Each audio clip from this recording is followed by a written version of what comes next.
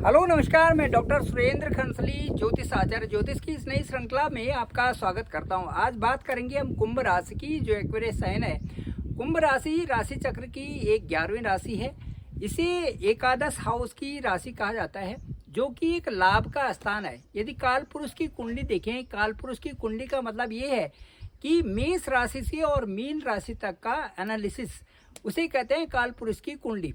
अब काल पुरुष की कुंडली के हिसाब से 11th हाउस कुंभ राशि का बनता है, और कुंभ राशि ये आर्थिक रूप से संपन्न राशि इसे कहा जाता है। कुंभ राशि की जो लॉर्ड हैं वो हैं शनि।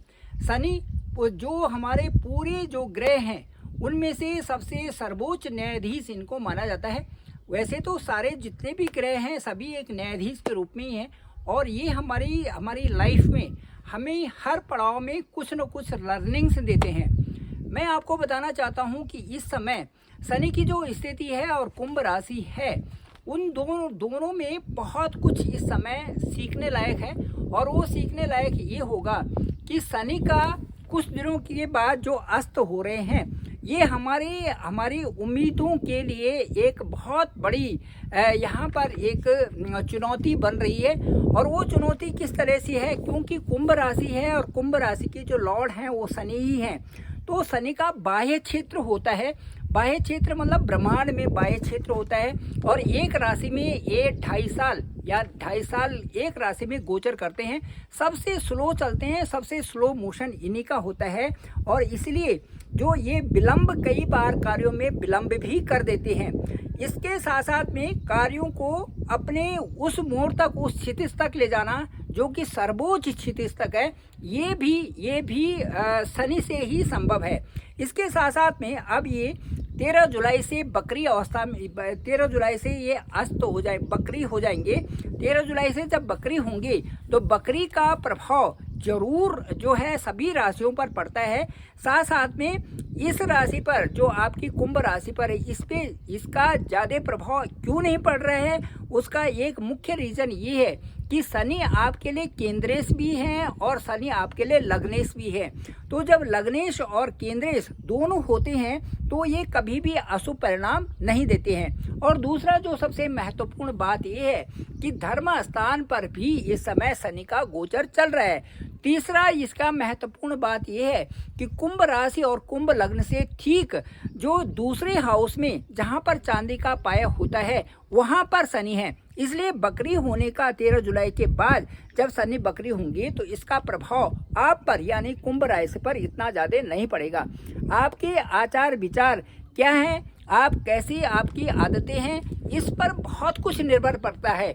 यदि आप सही मार्ग पर चलने वाले हैं, यदि आप आलस नहीं करते, यदि आप शराब सिगरेट नहीं पीते, यदि आप जो गलत काम नहीं करते, आलसी नहीं हैं और अपने को ठीक रखते हैं, रोज़ नहाते हैं और अपने डिसिप्लिन से रखते हैं, अपने कार्य टाइम से करते हैं, तो आपके लिए कोई भी मुश्किल नहीं है। मुझे लगता है शनि डिसिप्लिन को ज़्यादा महत्व देते हैं। शनि के लिए ऑनेस्ट होना ज़्यादा आवश्यक है। इसीलिए यदि आप ऑनेस्ट हैं और आप यदि स्पिरिचुअलिटी को मेंटेन करते हैं तो आपके लिए 28 नवंबर तक का जो समय है, ये बकरी अवस्था में जो 138 डेज हैं, ये आपके लिए बहुत अच्छे रहने वाले हैं। इसीलिए सभी जातकों के लिए, जितने भी कुंभ राशि के लोग हैं, उनके लिए मैं कहना चाहूँगा, आप अपनी कार्यों को एक अच्छी शैली में करिए। कार्यों का अच्छा होना, साथ साथ में ईमानदारी को उसमें मेंटेन करना, और कई तरह से आप कार्यों को सक्रिय होकर के यदि करते हैं और सही हिसाब से करते हैं, दिनचर्या के हिसाब से करते हैं, तो आपके लिए शनि का ये बकरी होना बहुत अच्छा फलदायक होगा। सेकंड भाव में है, धन की भी कमी नहीं होगी। साथ साथ में आप कई लोगों को एक अच्छे अपने प्रभाव से भी प्रभावित करेंगे, जिससे कि आपके जो है आपकी क्रेडिट भी होगा, फाइनेंशियल ग्रोथ भी होगी, और आपके कई तरह से यहाँ पर उन्नति संभव है। इसके साथ साथ में मैं ये कहूँगा कि एक अच्छा जीवन शनि बहुत बेहतर पसंद करते हैं। गुरु की यदि बात करें तो गुरु आपके ठीक पंचम स्थान में है, और पंचम स्थान में वो 9 तारीख को उदय हो जाएंगे। जो पहले अस्त हुए थे 9 तारीख को उदय हो जाएंगे और वहाँ से आपकी जो फाइनेंशियल ग्रोथ होगी वो बहुत अच्छी होने वाली है और आने जो आपके रास्ते आगे के लिए बन रहे हैं वो खुल जाएंगे। उम्मीदें भी अब आपकी बहुत अच्छी हो। जहाँ पर आपको लगता था कि कार्य थोड़ा सा विलंबित हो गए, वो कार्य होंगे, साकार होंगे और अब 9 जुलाई के बाद आपके पैसे से संबंधित समस्या नहीं रहेगी। मुझे ये लगता है कि 13 अगस्त को जब ये पुनर्वसु और नक्षत्र या अपने ही नक्षत्र में जब ये आ जाएंगे तो पूरे साल के लिए आपके कई कार्य यहाँ पर संपन्न होंगे। मैं ये कहना चाहता हूँ कि जो बृहस्पति हैं ये यहाँ से सीधे आपके जो 1, 5, 9 यानी कि फर्स्ट हाउस, 5th हाउस और 9th हाउस पर विशेष प्रभाव यहाँ से देंगे, क्योंकि आप ये उदित होते ही कई प्रकार के अच्छे कार्य आपके 10 जुलाई के बाद बनने वाले हैं। धर्म त्रिकोण से संबंधित पहला आपकी पर्सनालिटी, दूसरा आपके हायर जितने भी स्कीम्स योजनाएं हैं और जो आप कार्य करना चाहते हैं वो संपन्न होंगे, साथ साथ में आपको भाग्य भी साथ देगा। Thank you very much. मैं डॉक्टर सुरेंद्र खंसली, ज्योतिष आचार्य। ज्योतिष की इस श्रृंखला में मैं इस समय अपने उत्तराखंड गढ़वाल में हूँ। गढ़वाल का ये इस समय का सुंदर सा मौसम बना हुआ है, चारों तरफ की छटाएं ये हैं और आकाश में बादल हैं और इस तरह से आप देखेंगे तो ये बहुत ही सुंदरतम दृश्य चारों तरफ का दिख रहा है। और पहाड़ की तो सबसे बड़ी खासियत यही होती है कि यहाँ ठंड भी हो जाती है लेकिन साथ साथ में धूप भी सुबह सुबह आ जाती है और वही जो यहाँ का वातावरण है, शुद्ध पानी और शुद्ध हवा, ये जीवन के लिए सबसे महत्वपूर्ण है।